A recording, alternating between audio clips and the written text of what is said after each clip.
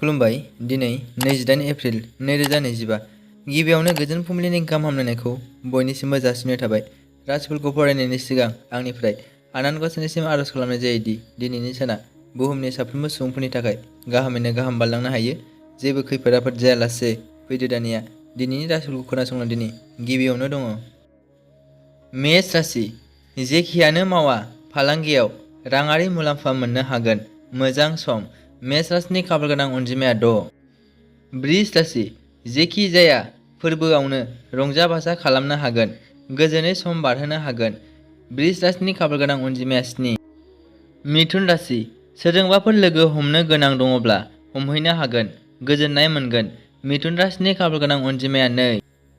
कर्कट राशि। बायदिसिना रोखोमजों हेंथा होजानो हागौ। साननाया जाफुंनाय नङा। गोसोखौ हमथा। कर्कट राशिनि खाफाल गोनां अनजिमाया 7। सिंह राशि।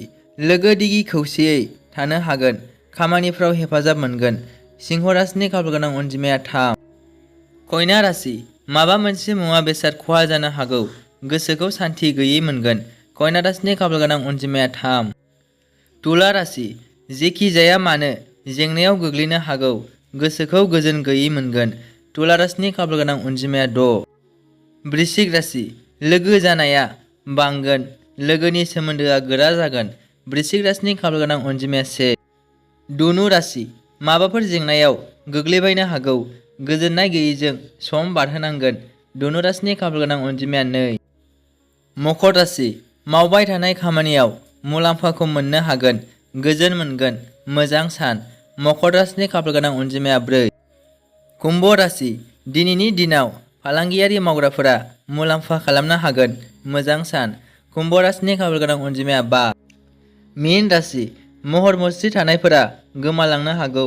देहाखौ सांग्राङै लाखि। मीन राशिनि खाफाल गोनां अनजिमाया 8। दिनैनि राशि फरायनाय एसेनोसै। गोजोन्थों।